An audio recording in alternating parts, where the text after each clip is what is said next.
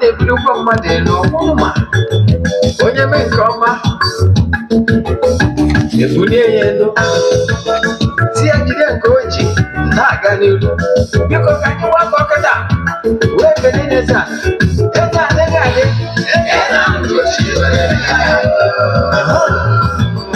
eze anụ ụbọchị tubelu nwoke ọma na Oraifite ị ga-adị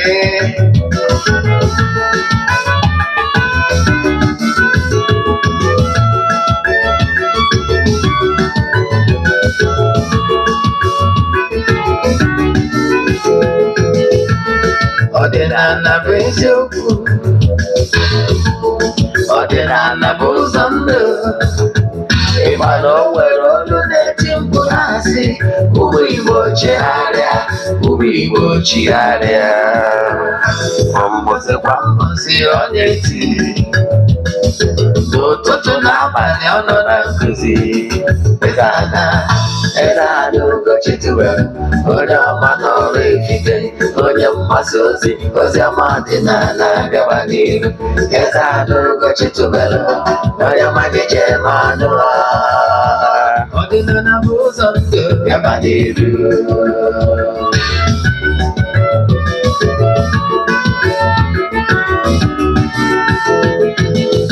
eze ana Ugochi tubelu onye ọma na Oraifite onye mgbasa ozi ọma ọdịnala gaba n'ihu eze ana Ugochi tubelu onye ọma na-eje mmanụ ọdịnala bụ ụzọ ndụ gaba n'ihu eze adịghị adị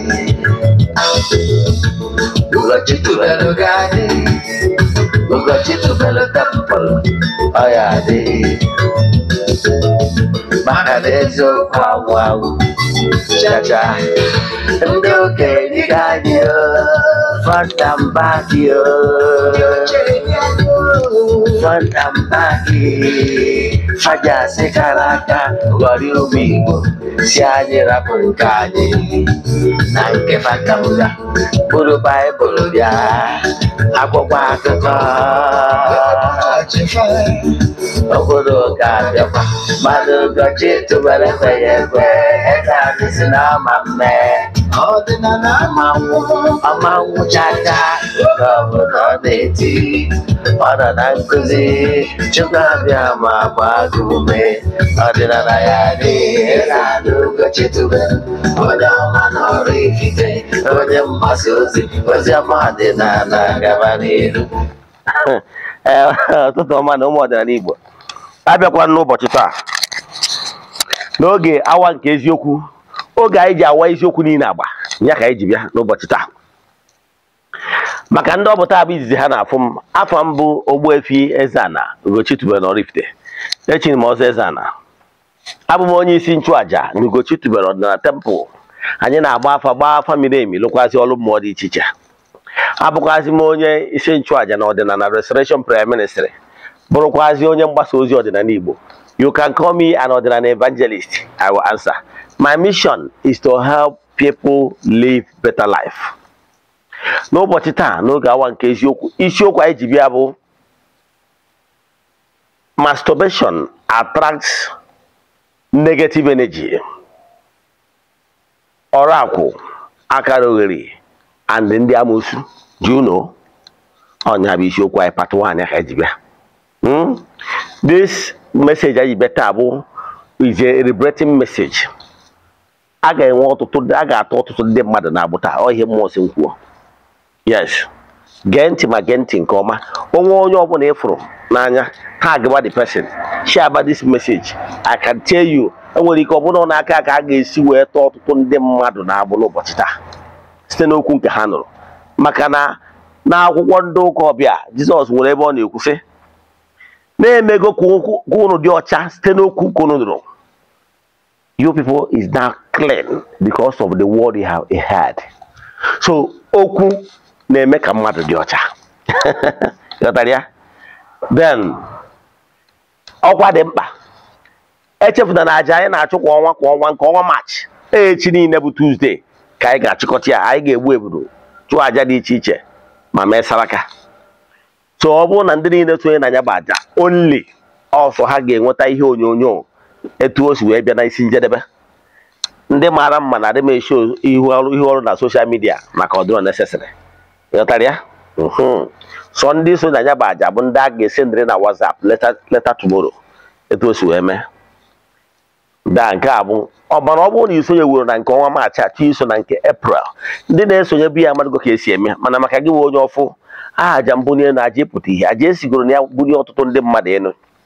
Echi iso na ya bụ aja forward ya 3 prayer requests, make donation token to the account number.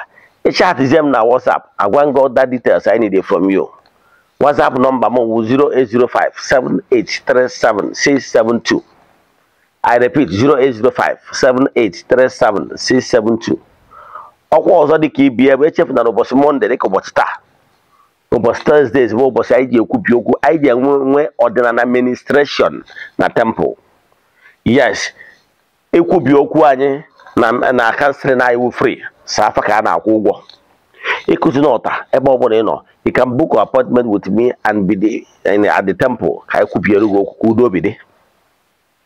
N'aha Chukwu Okike nke pụrụ ime ihe niile. Yes, nke a bụ ihe ị kwesịrị ịma.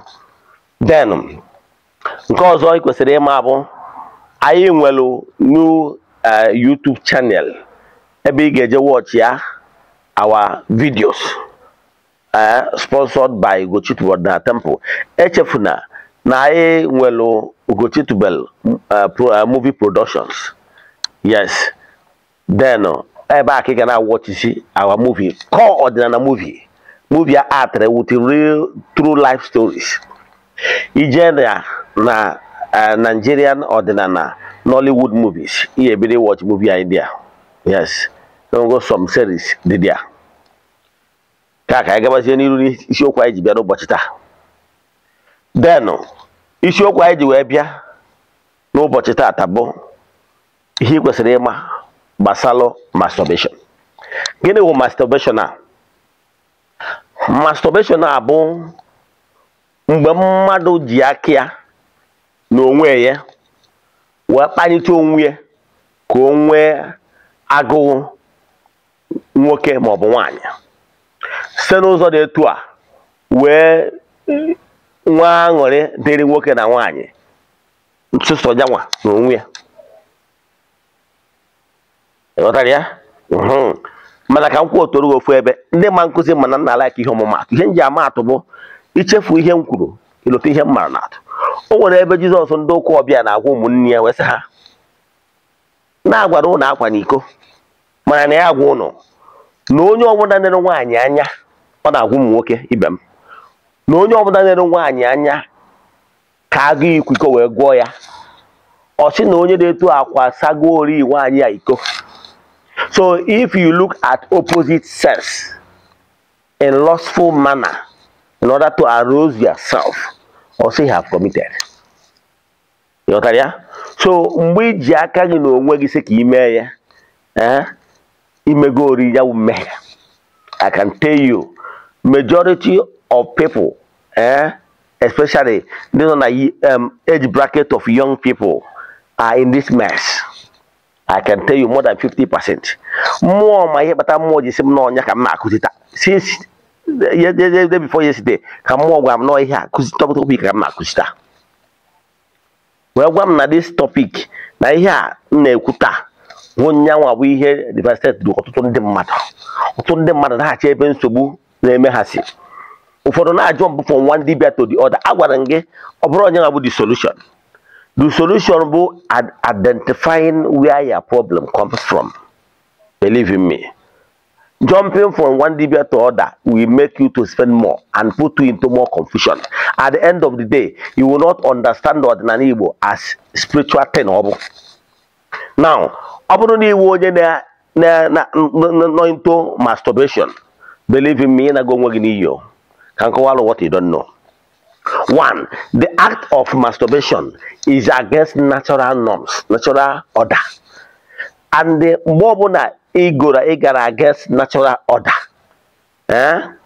He na attract unclean spirits. Yes, in attract natural or unnatural forces. In after that is phantoms. In fact, you are causing more problem, harming yourself in the spiritual realm. Because the process you are following is not the right path.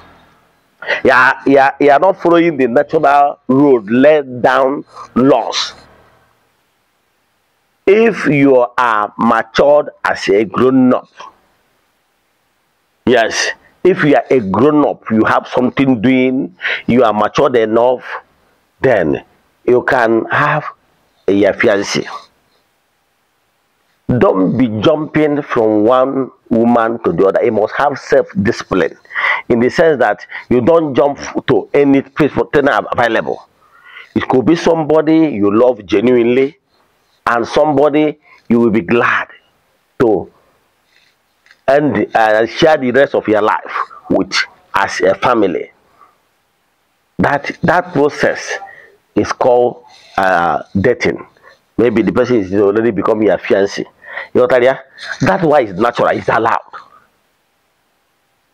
Instead of you are matured enough and you are afraid of everybody, by so doing, you find out that in fact, anybody that's matured enough that's supposed to have a partner,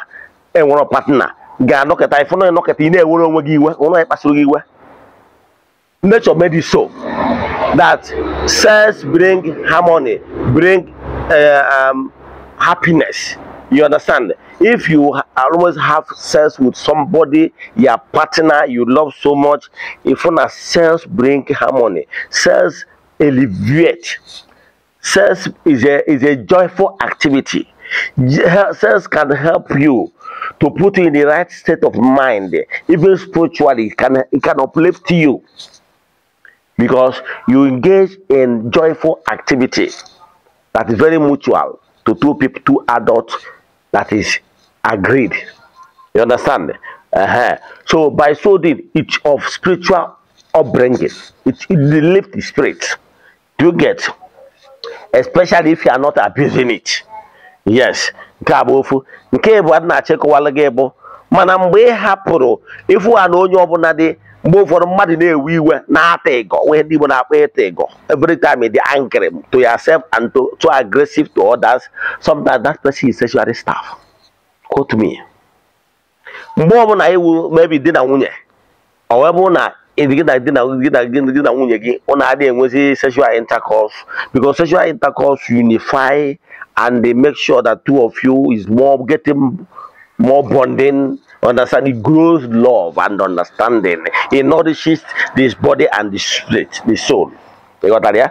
Now, when you lack this, I can tell you that lubrication that's supposed to exist between man and woman is gone. You will be getting some frictions.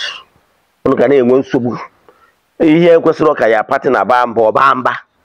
Ebro nwanyi bro onye na-deny the sex. The family, their wedding, your family is in shambles, and trust me, it can collapse any day. Understand? Most of you are putting your marriages and relationship into a mess. At the end of the day, your marriage and relationship will collapse. It's not on the. That is what pains me so much. Although what a relationship within some months or collapse, when was the last time you have sex with your husband? When was the last time? I'm sick and tired of getting these reports.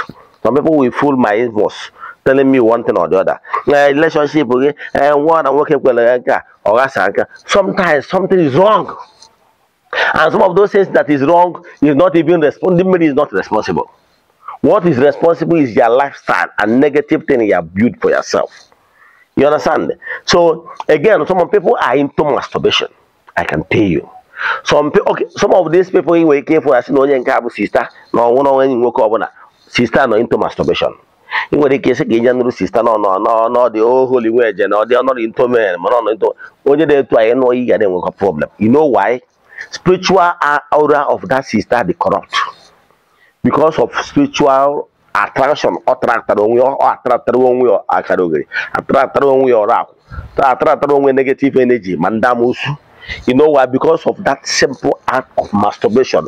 Only me on we Some of the people that name me are so addicted to it, to the extent that if one you know into masturbation, believe in me, also give the best in the best and whatever and the best performance, believe me, can never satisfy him or her. You know why? Or the guy addicted. He also go me, he met up again with the main guy on the and in Kebis Yoku, no, the mother de tour.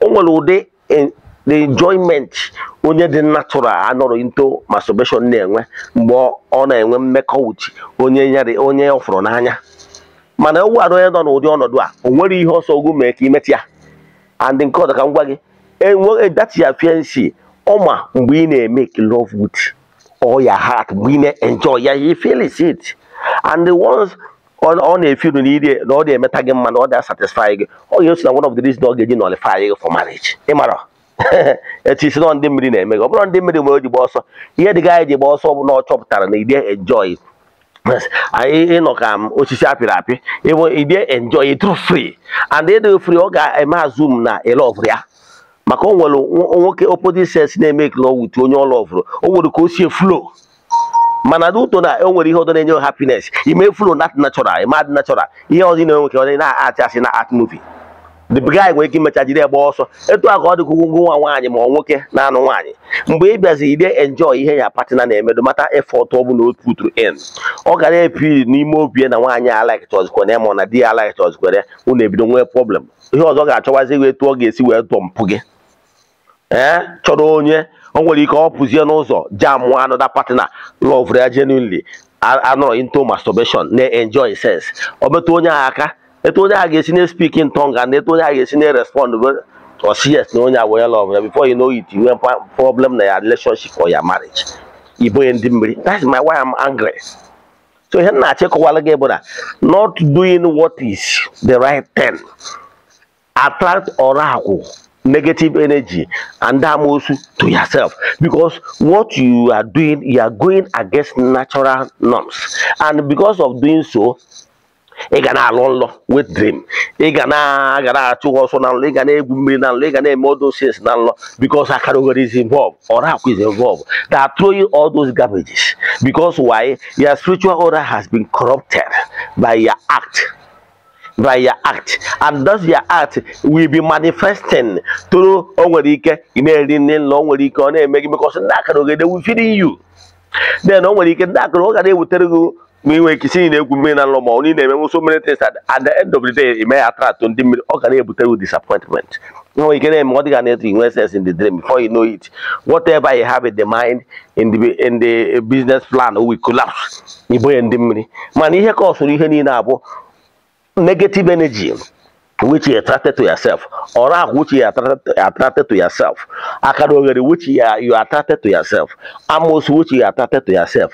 Man, as the simple then what cause everything is masturbation. So run away from sin of masturbation. It destroys. It has destroyed marriages. It has destroyed everything, and it will destroy empires, and it can destroy you. Eche watch video in full. Then my YouTube channel, Ogbuefieze Ugochi Tubelu. Imeshare, but I can share button, share and also, or a message that will save lives. It's okay. Family, send the message in the WhatsApp 0805-7837-672. In the next video, to Sari and Dozo. Don't be stingy in sharing this message for the sake of God. It will help you. This thing is one of the problems why some people are suffering today. Tomorrow they will say no on dimiri. Ne bon dimiri have to see nanya. Dalono.